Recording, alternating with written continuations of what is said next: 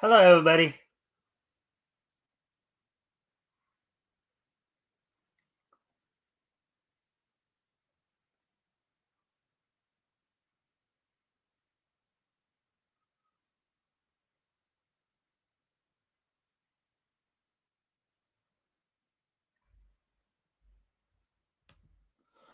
All right, so welcome to the Mikestand, everybody.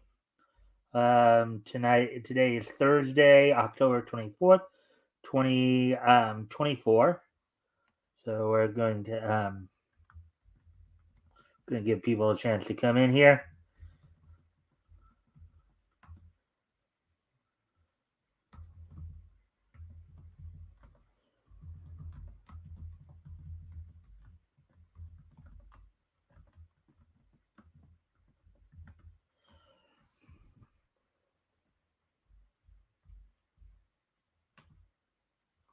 All right. So, anyways,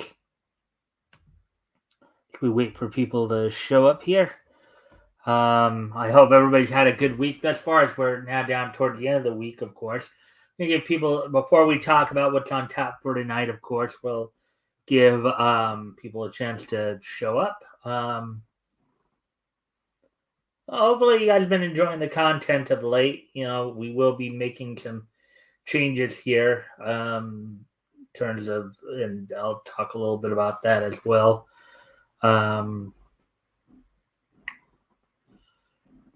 Let's see now. Well, if you haven't already, of course, if you guys can like and share the stream, see if we can get some more friendly people in here to engage, I'd be appreciated. Also, if anything here grabs your attention, feel free to comment and or ask questions. I'll try to answer the questions to the best of my ability. So let's see, where are we at now in time?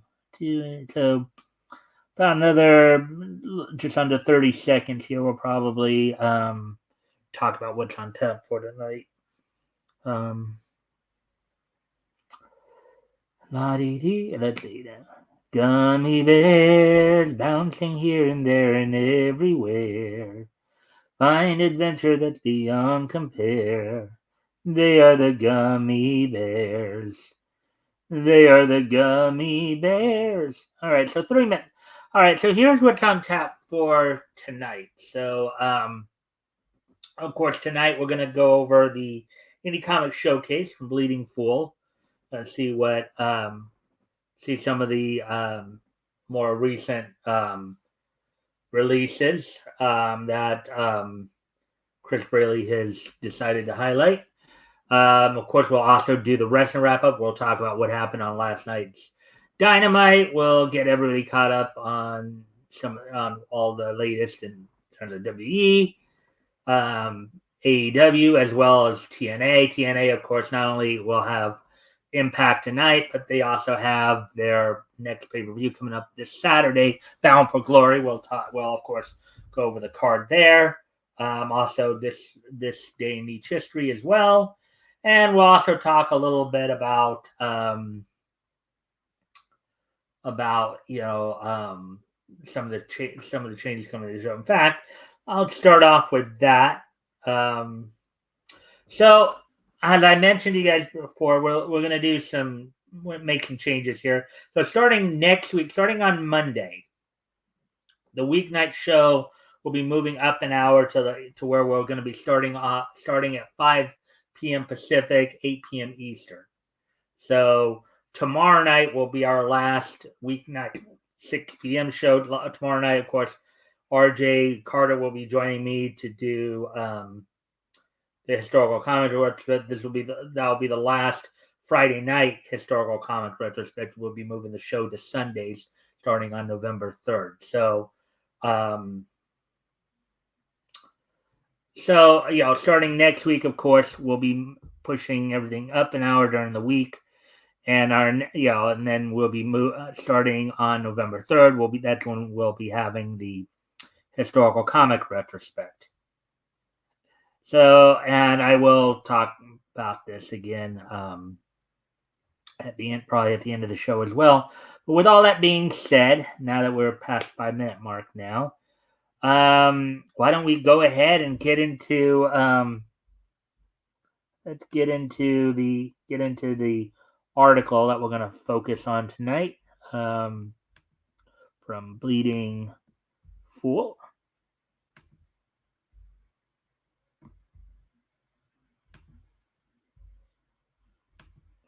Indie Comic Showcase. So here we go.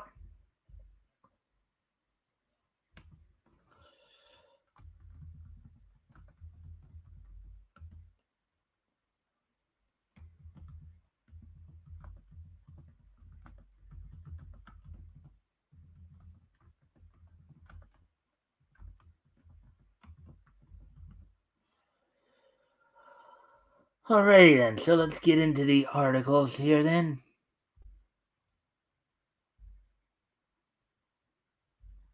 So they find the cursor and can move things along here. There we go. Alright, so Indie Comic Showcase number 287, The Atlantean, The Embrace, and The Mythicals. Article by Chris Braley, published yesterday, October 23rd, 2024. So let's get into this.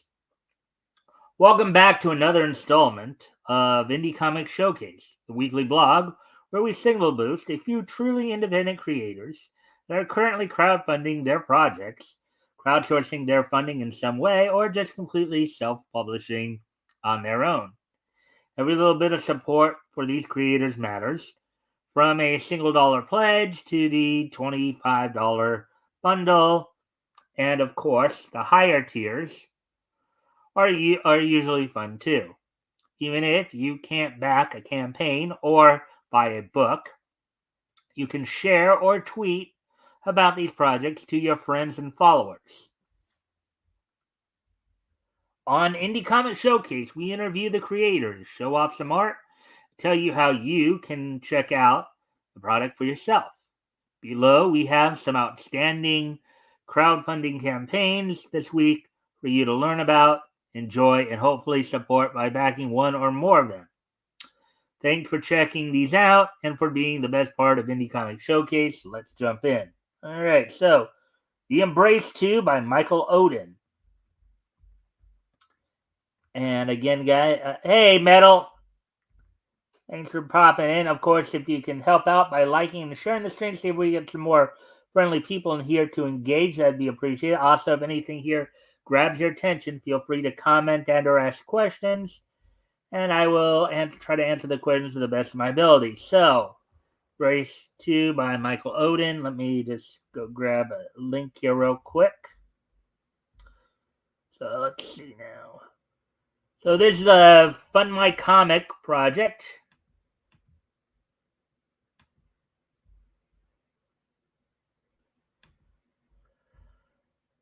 Alright, so let me just bring this back up.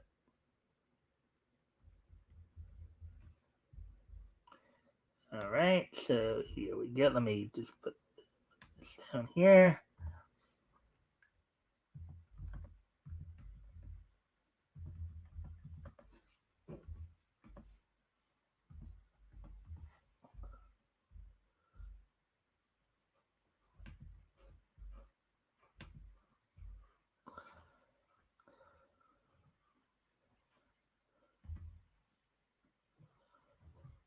And so there's the link to that one if you guys want to go check that out. Of course, Metal, if you want to also put your link into the stuff you're doing as well, you're more than welcome to do that as well. So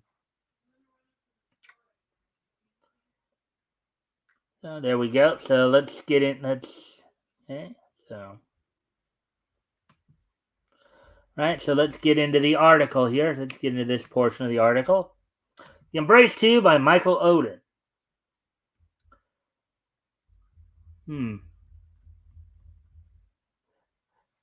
The art there kind of reminds me more of of Venom than anything else. Anyways, Chris Braley, welcome back to Indie Comic Showcase, Michael. Get us up to speed on your latest issue of The Embrace. Michael Oden. The story follows Clarence Griffin, a grieving father who is reunited with the ghost of his son David and given a chance to bring his son's killer to justice. Through a bond with his son's spirit, Clarence and David become the spectral hero, the Embrace. Wow, that's kind of interesting. Sounds a little bit like kind of a combination of Firestorm and Venom here. The look is Venom, but and you do have the symbiotic effect of Venom, but you also have Firestorm and two entities kind of merging into one. The Embrace 2 is the second chapter of a 5 to 6 issue miniseries. I think we may have covered the first issue when Chris interviewed him before as well. I'm just setting up for the show. Okay, that's fine. Thanks for dropping in. Chris Braley, where did the idea for this come from? Michael, the idea for this book came from two places for me. The emotional core of this story came from going through a custody battle back in 2021. The second inspiration was a news article I saw around the time my son was born, where this 14-year-old kid's body was found at this park in Alexandria, where I lived at the time. This had always stuck with me, and the story inspired the narrative of Clarence and David.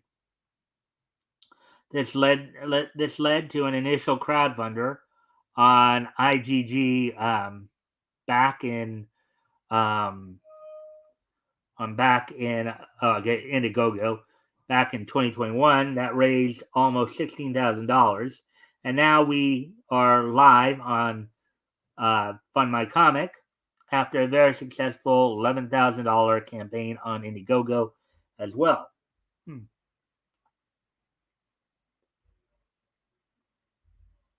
So that's artwork looks pretty crisp there. Chris, what kind of reader is this best suited? Michael, well, ideally anyone. I feel like the themes of fatherhood, loss, and justice are things most people would find relatable. However, if I were to target it, I've always compared this to books like The Crow, Haunt, and Spawn. Yeah. And as I've said, I see elements of, well, look at that. Look at that right there. Again, I see elements of Venom in there too. Look at that.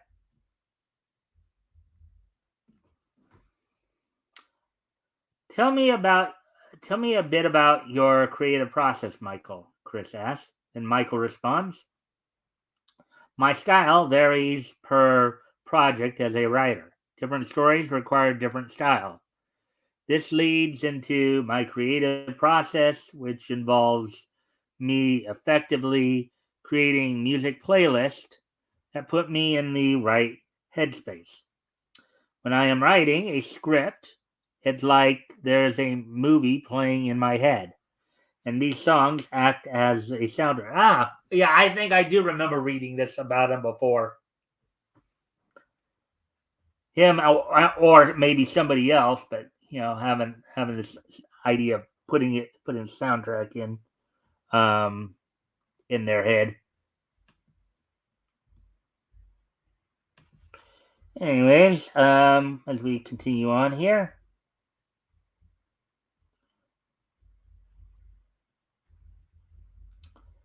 Chris, who is helping you bring this project to print?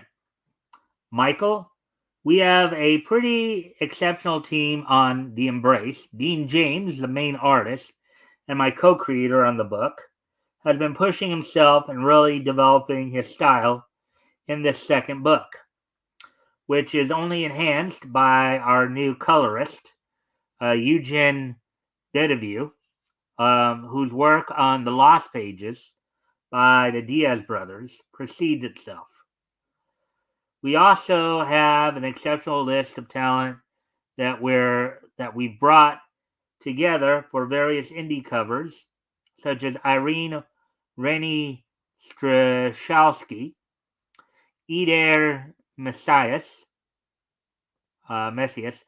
Michael Bancroft, and last but not least, Shelby Robertson, as well as amazing mini prints, trading cards, and the box art from talent such as Jason Bascom, Ink Spots, Rich Ayala, and Shimhack. Kristen asks, how far along is the book? Michael, the script is done with most of it penciled and about a quarter of it inked. With 7 pages fully colored and 6 fully lettered, we are eyeing a February 2025 fulfillment timeline, but are hoping to be done sooner.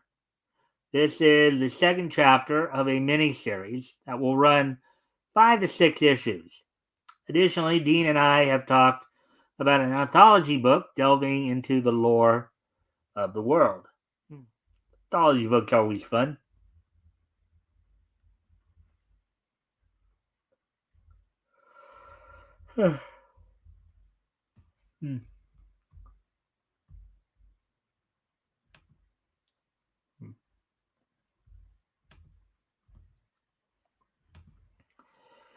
Let's see. Kristen asks, what have you been learning from self-publishing through this process?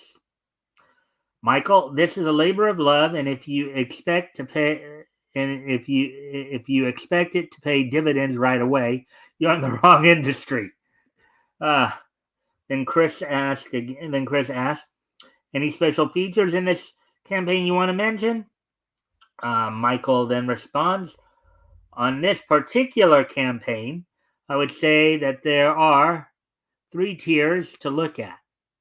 If you've never seen The Embrace before, I highly recommend our featured catch-up tier, which gets all caught up with 2 beautiful covers, one by Joel Gomez and one by Shelby Robertson, along with trading card set, mini print, chibi sticker, and a sticky hand.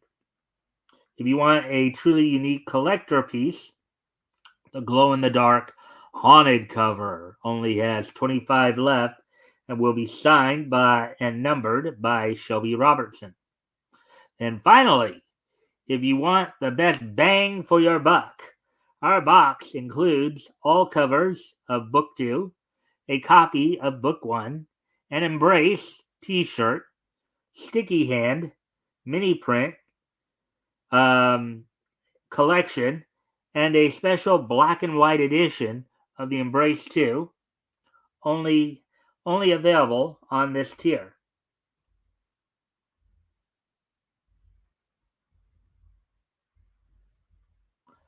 Let's see. And then Chris asks, what else can you tell our readers about tell our readers before we conclude this interview?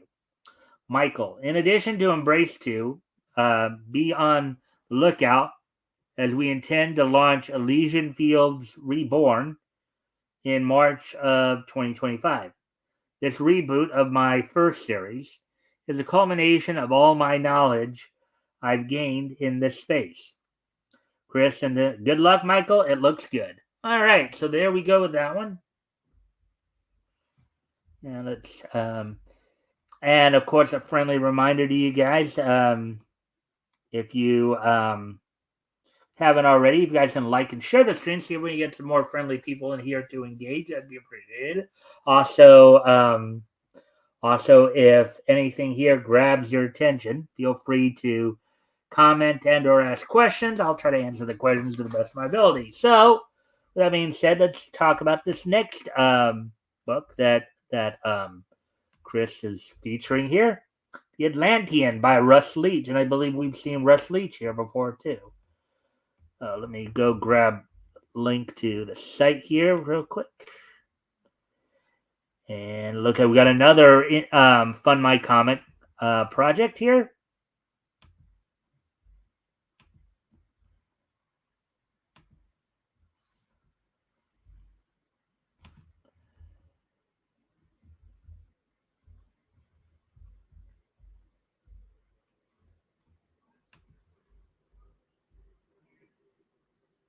Let's see.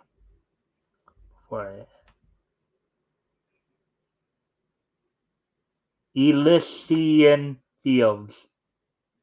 It's the afterlife paradise in Greek mythos. All right.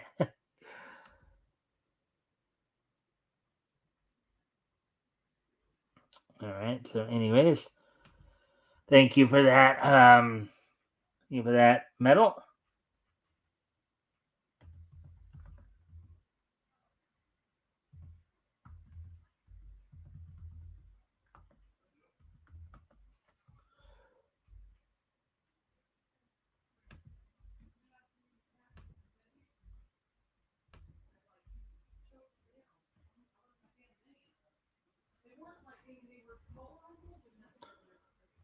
All right. So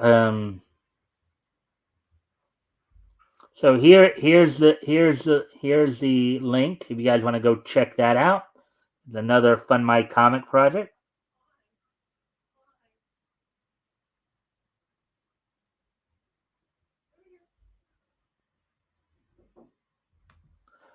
Anyone? No, I haven't seen Elk in a while. In the past few weeks here, he hasn't been around much of late. Oh, there he is. Hello, Spoon. So, anyways,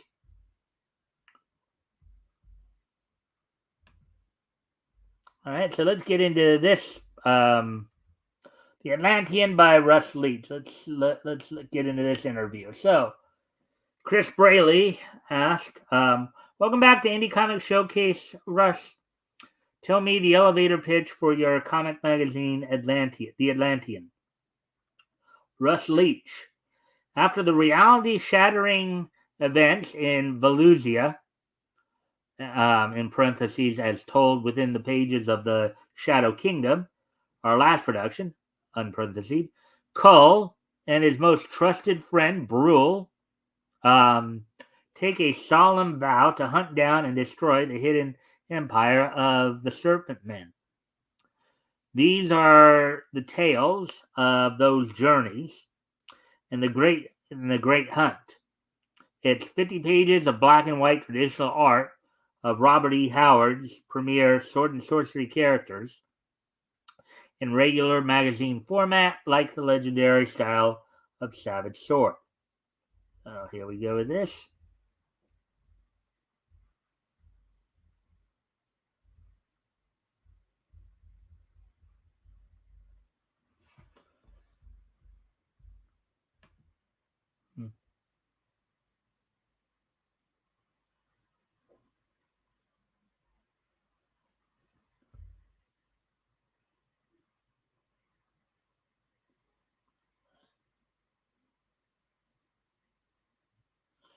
All right. So, anyways, we continue on here.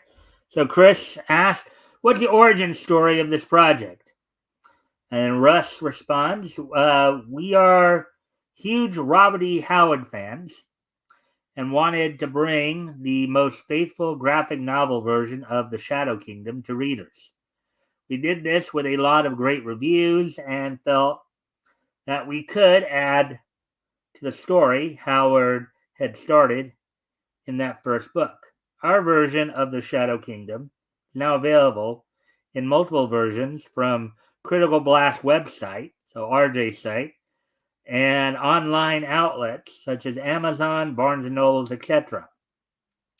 With Cull and all the aspects of the Shadow Kingdom in public domain, we set out to create a regular magazine format book that was similar in feel to the Bronze Age Savage Sword of Conan magazines. With a painted cover and at least 50 pages of classic styled content in each issue, we plan to produce 3 books a year and provide quality and consistency. The art is black and white with an ink wash and is always traditionally produced and available to purchase as part of our crowdfunding campaigns. Issue 1, which came out autumn 2024, has a beautiful painted cover by Marcio Ferreri and a second strip by Glenn Fleming. Self-publishing is a great way to get the word out in test markets. We give our backers a special crowdfund version of the book. From there, we can take a retail version forward to other outlets.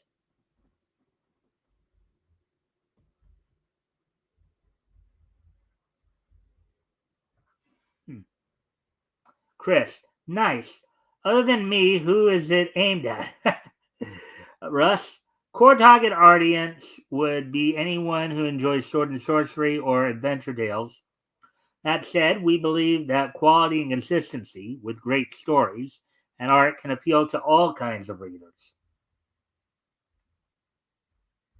That's generally true. Let's see if you guys are seeing anything of interest here.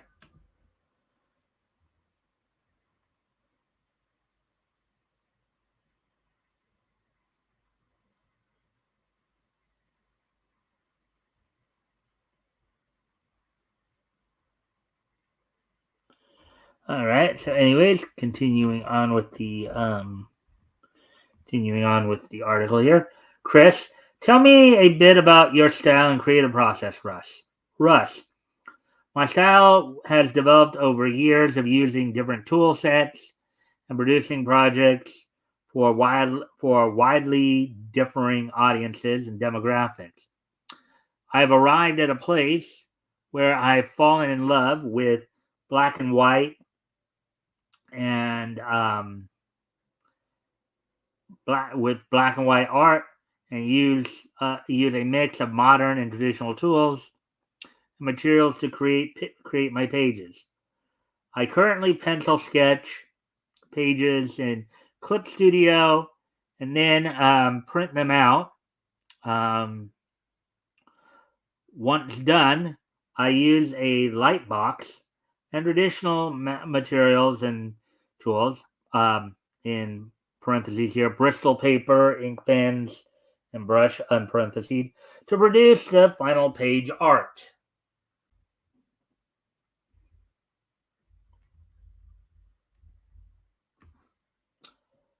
Chris, who's on your creative team here?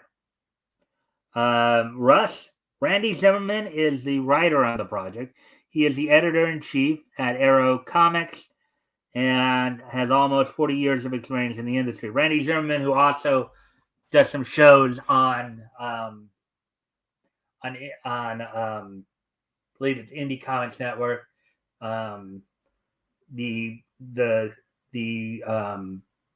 web the YouTube channel of course the Lanning, C. Michael and Nita Lanning. I'm the artist, Glenn Fleming, who is a massively experienced writer and artist on the Hatch backup strip. Marcio Ferreri provides the painted version of our cover for issue 1. Aaron Sparrow is a consulting editor who has an impressive list of mainstream contributions and projects.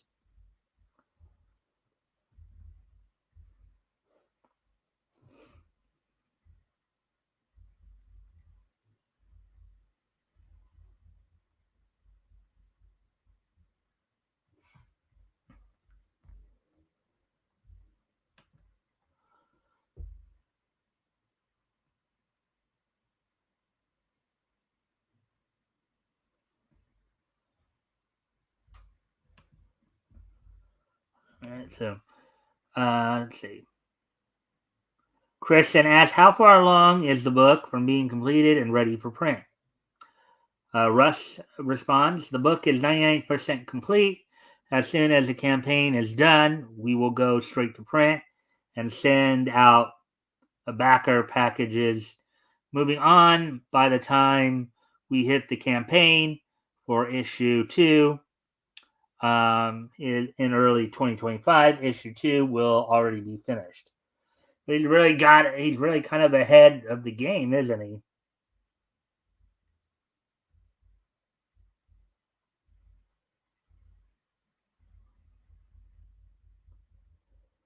Kristen asks, you put out a number of books yourself. What have you been learning from self-publishing and crowdfunding? Russ, it's hard work. Outside of putting in the hours into the production itself, the hardest part of all is staying present. Visibility seems to be the thing that is hardest to get right. If people don't know about your project, then no one is going to buy your book. As we move forward to issue 2 and beyond, word of mouth should help, but we are definitely looking at reaching out to other audiences outside of comics. Also, advertising may be a necessary evil.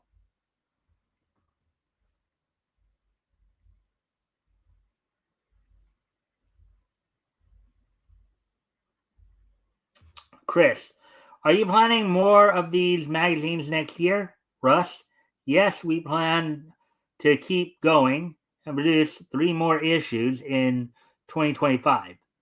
If reader numbers are good, then I see no reason to stop there. As for the stories, they are episodic and written the way comics used to be. A longer arc for the story as a whole, but each issue is readable as an individual adventure tale. Quality and consistency is the aim of the production for fantastic adventure, and a fun read is the aim of the tales we'll tell.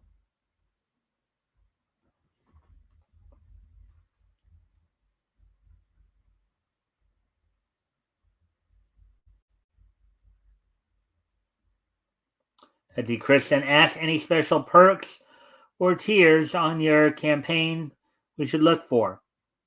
Ross, each issue has a cover penciled in parentheses and inked on the inside front cover, on parentheses, by Russ Leach. The outside front cover will have a version that is fully painted by the issue's cover artist. That issue, cover ink, will be available as a limited signed print and as original artwork in every campaign. We also do the usual bundles, discounts, and multiples and sketches by Russ Leach. Chris then says, looks fantastic. Any final words? Rustin states, the industry is in flux and the mainstream are consistently missing the mark. All we want to do is tell great stories and entertain. That's when we will do with quality and consistency, which are 2 of the things we think are missing from so many publications these days. Yeah, those are getting kind of set aside for agenda driven stuff. Comics are the best storytelling medium, and we love them. Hopefully, that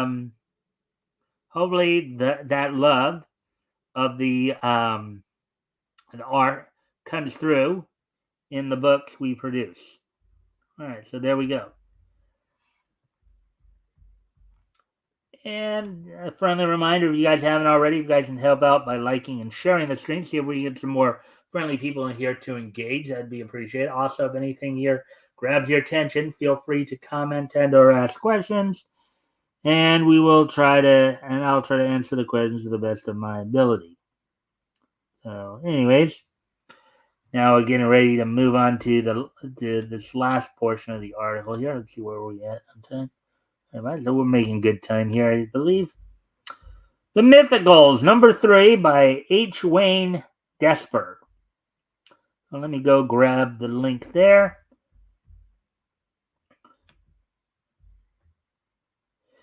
And we have another Fund My Comic project. So another trifecta for Fund My Comic.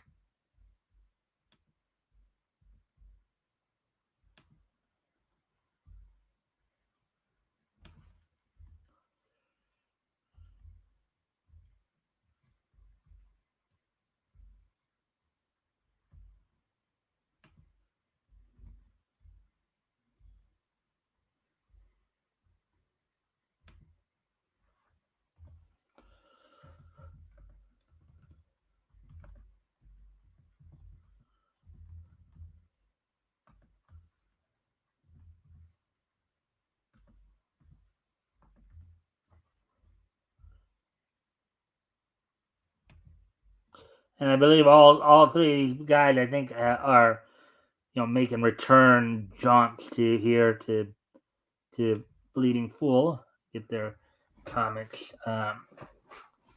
So there's the link if you guys want to go check that out.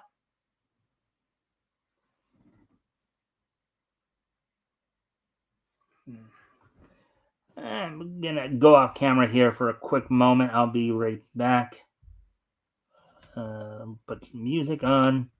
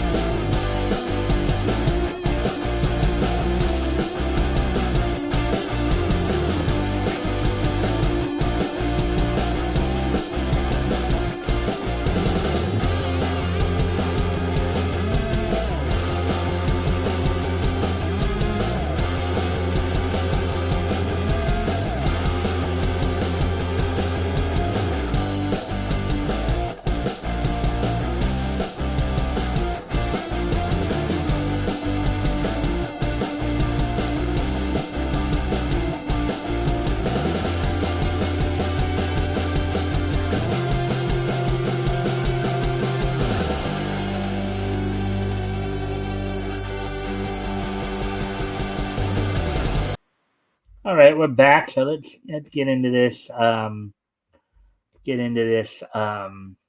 Last portion of the article here. The Mythicals, number 3 by H. Wayne Desper. Chris Braley, welcome back to Indie Comics Showcase, Wayne. What's the elevator pitch for the Mythicals? H. Wayne Desper. Imagine if you took Buffy the Vampire Slayer and mixed it with the shady government conspiracy background of the X-Files and the explosive action of Wildcats. A perfect horror action mystery. Witchy woman Nancy Moon is recruited by Level M, a covert strike force comprised of creatures from myth and legend to protect humanity from supernatural threats. Chris, what made you decide to self-publish this? Wayne, the lack of quality in the corporate side of comics, story and art suffered. I dusted an old idea I had in the Army after discovering crowdfunding in late 2021. So basically, it's the same story. Can't get it from the mainstream. Start off. Just go about it in your own way. So Chris, who is your creative team here? Wayne, firstly, H. Wayne Desper is the writer. Carlos Rodrigo is handling the pencils. My inker is Everson Lirio. On colors is Diego Albuquerque. The lettering is handled by Rick Joseph, and Aaron Sparrow is my editor. So Aaron Sparrow is involved in 2 of these projects this week. It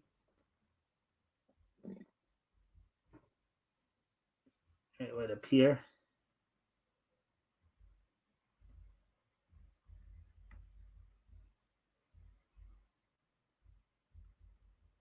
Chris, what's your current schedule looking like, and how far along is the book? Wayne, we are about 50% complete with this issue and on track to go to print around Christmas 2024. About a couple months away here. Whoa! Yeesh. Chris, what have you been learning from self-publishing crowdfunding through this process? Wayne, marketing is the most valuable skill for an independent creator.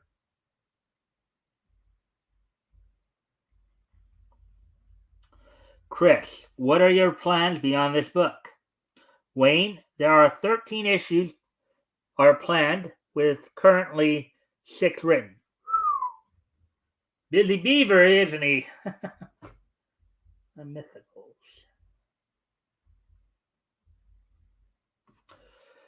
Chris, anything else you'd like to share with our? So this portion of the interview actually went pretty quickly here.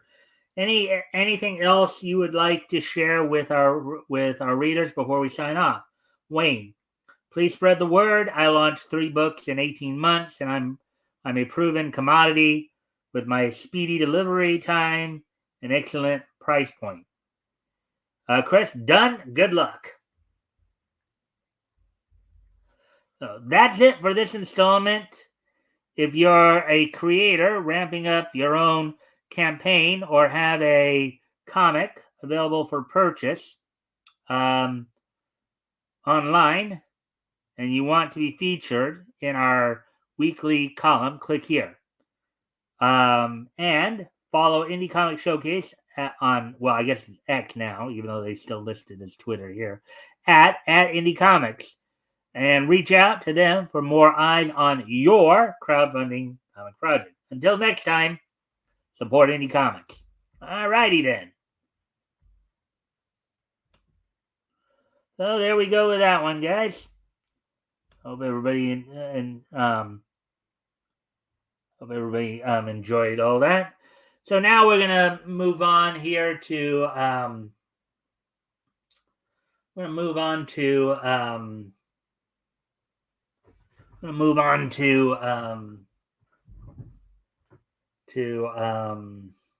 the wrestling wrap up here. First off, we're gonna look back at last night at AEW's Dynamite as they continue to build things for a good chunk of the year here.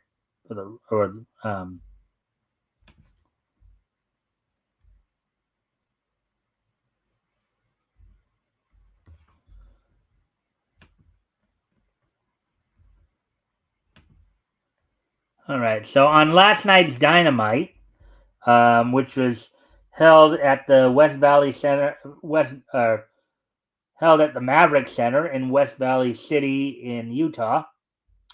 Opening match saw Shelton Benjamin defeat Sammy Guevara in a singles match. Tag team action. The two newest members of the Don Callis family of Lance Archer and current Ring of Honor World Television Champion Brian Cage defeated the Pillars of Destiny of Hunter Gray and Parvitz. In the Ladder War match, Chris Jericho defeated Mark Briscoe to become the new Ring of Honor World Heavyweight Champion. The House of Black, Malachi Black, Brody King, and Buddy Matthews defeated the team of Kevin Koa, Jaden Monroe, and Pirata de la Muerte in 2 minutes. Camille defeated Queen Aminata. And in the main event, saw Daniel Garcia and Private Party defeat the elite members of Jack Perry, of TNT champion Jack Perry, and the AW World Tag Team champions the Young Bucks, Matthew Nicholas Jackson. So with that, well, let me just also mention what's coming up this Saturday. What may be slated for this Saturday's Collision. On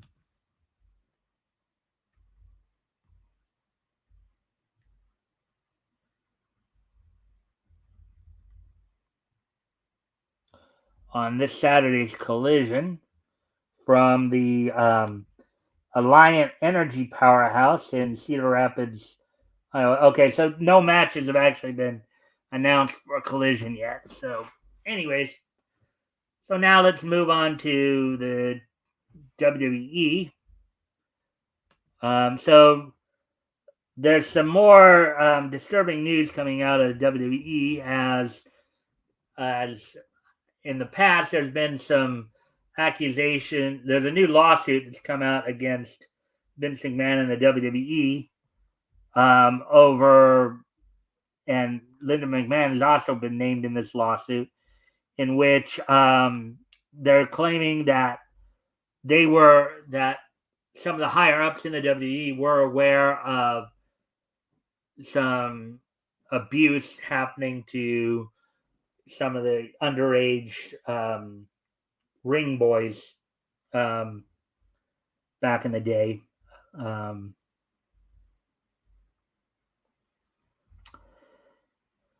But as such, on this Friday's SmackDown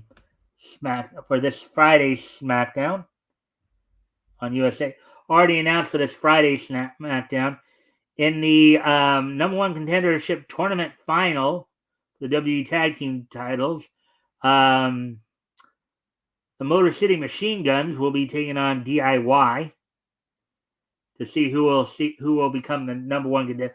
Now, this would be quite an opportunity for the Motor City Machine Guns, coming right in and getting and earning a shot right away at the WWE Tag Team titles, currently held, of course, by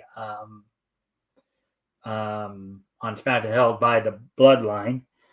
And then, as part of their best of five, then the final match of the best of 7 series will be happening between Andrade and Carmelo Hayes, in which LA Knight will be serving as special guest referee. So that's happening on tomorrow night. And now let's talk a little bit about what's going down on TNA. As Total Nonstop Action, of course, they'll be having their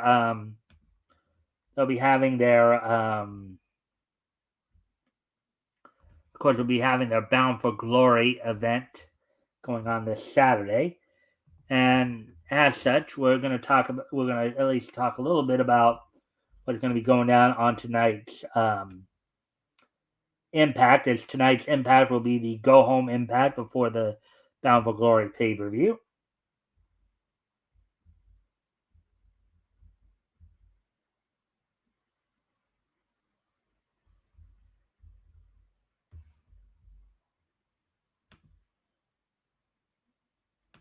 So on tonight's Impact, former Ring of Honor World Champion Jonathan Gresham will be taking on former Impact World Champion Josh Alexander in a one-on-one match. In what could be considered a prelude to their upcoming match at Bound for Glory, in a singles match here, Wendy Chu, NXT's Wendy Chu, with Rosemary in her corner, will be taking on Jody Threat, as this might be a bit of a prelude to upcoming Knockouts Tag Team Championship. In a 6-way scramble match, you'll have competing Frankie Kazarian, Laredo Kid, Sami Callihan, Jake Something, Jason Hotch representing the Good Hands with his partner in his corner, AJ Francis representing First Class. In the main event, seeing an 8-man tag team match, ABC and the Hardys, Ace Austin, Chris Bay, Jeff and Matt Hardy, will be taking on 4 members of the System of Eddie Edwards, Brian Myers, Moose, and JDC, in a bit of a prelude, as both ABC and the Hardys will be challenging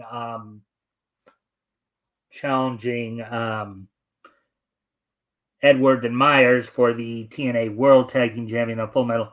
And now, with all that being said, let's go ahead and go over the full card for this Saturday's Bound for Glory pay-per-view. Actually, first up on the countdown, which of course the pay-per-view Bound for Glory pay-per-view and the countdown show will be held at the Wayne State Fieldhouse in Detroit, Michigan. There will be a Call Your Shot Gauntlet match, as participants have yet to be announced for that. And on the Bound for Glory pay-per-view itself, also from the Wayne Fieldhouse in Detroit, in a renewal of their rivalry, Jordan Grace will be defending the TNA Knockouts World Title against Masha Slamovich. After their most recent teaming attempt. As I mentioned earlier, in a Full Metal Mayhem match, the System will be defending the TNA World Tag Team titles, Eddie Edwards and Brian Myers with Alicia Edwards in their corner, against both the Hardys, Jeff and Matt Hardy, and ABC of Ace Austin and Chris Bay. PCO will be defending the TNA digital media as well as the International Heavyweight Championship heavyweight title versus Matt Cardona in a Monsters Ball match. Let's see, and then in another match we just talked about for the TNA Knockout World Tag Team titles, the team of Spitfire, Danny Luna, and Jody Threat will be taking on Wendy Chu and Rosemary. Mike Bailey defends the TNA X Division title against the Kingo. And the TNA World title will be on the line as Nick Nemeth defends against Joe Hendry, with Frankie Kazarian serving as special guest referee. Also in two other matches, Moose will be taking on Mike Santana in a grudge match. Josh Alexander will be taking on Steve Macklin. So that's all we got for the wrestling wrap-up. So now with all that being said, today is Thursday, October 24th, 2024. So let's take a look back at this date in Nietzsche history. So 1994, 74, 94, and 74. Alrighty then. So the first thing I'd like to do, I'd like to go back to 1974, as on this date in 1974,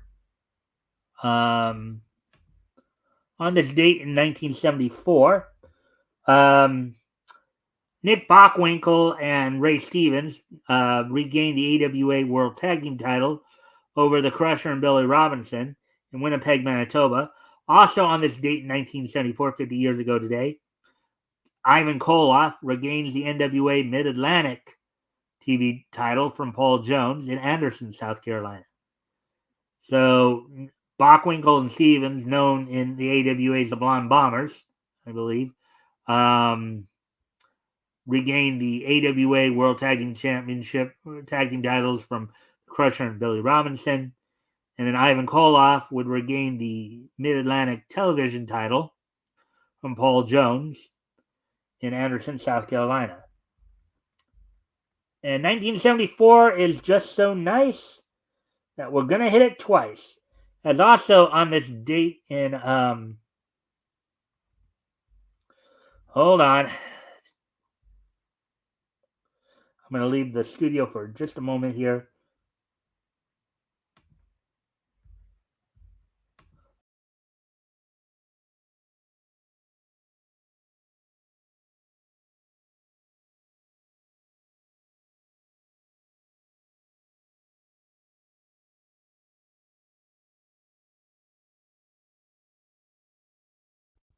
All right, sorry about that, folks. The thing kind of went a little screwy for me, so I had to fix it. So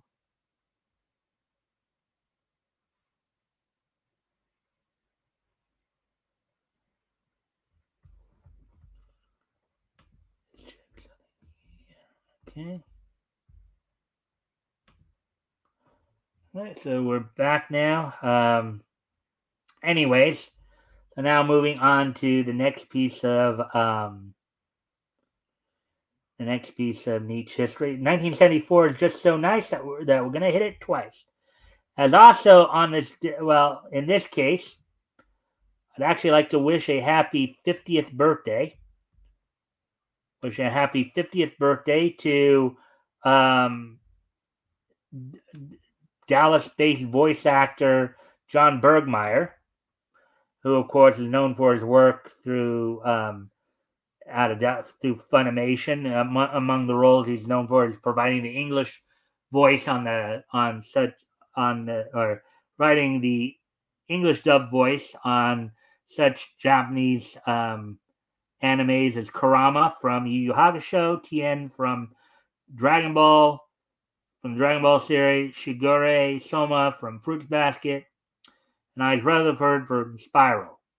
So happy 50th birthday to John Bergmeyer. And now we're going to move ahead to the next piece in Nietzsche history as we move ahead to 1994 on this date 30 years ago today. On this date 30 years ago today.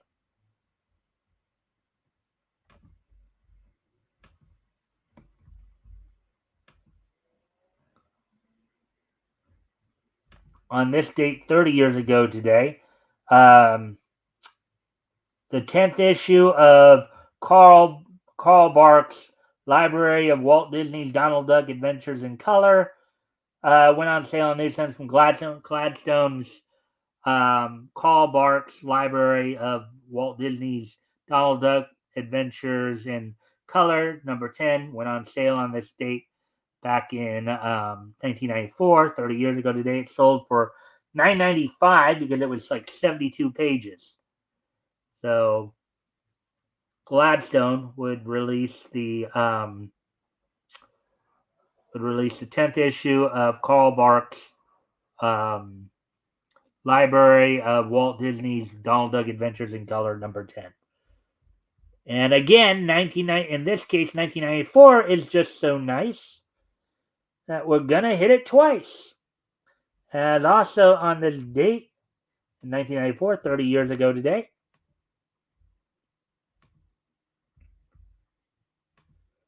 for many of you grew up in the 90s, in syndication, the Gargoyles animated series would premiere in syndication on this date back in 1984. So 30 years ago today, Gargoyles, the animated series from Walt Disney Animation Studios, would premiere on this date in syndication back in 1994. With that, I thank everybody for being here. So we'll be back here tomorrow night. We'll be back here tomorrow night. My co-host will be RJ Carter from Critical Blast. We'll be looking at comics that we'll be finishing up our coverage of comics that went on sale in March of 1940, focusing in on Feature Syndicate Comics on Parade, Volume 1, Issue 25. So with that, I thank everyone for being here, and I hope to see everybody back here tomorrow. Bye.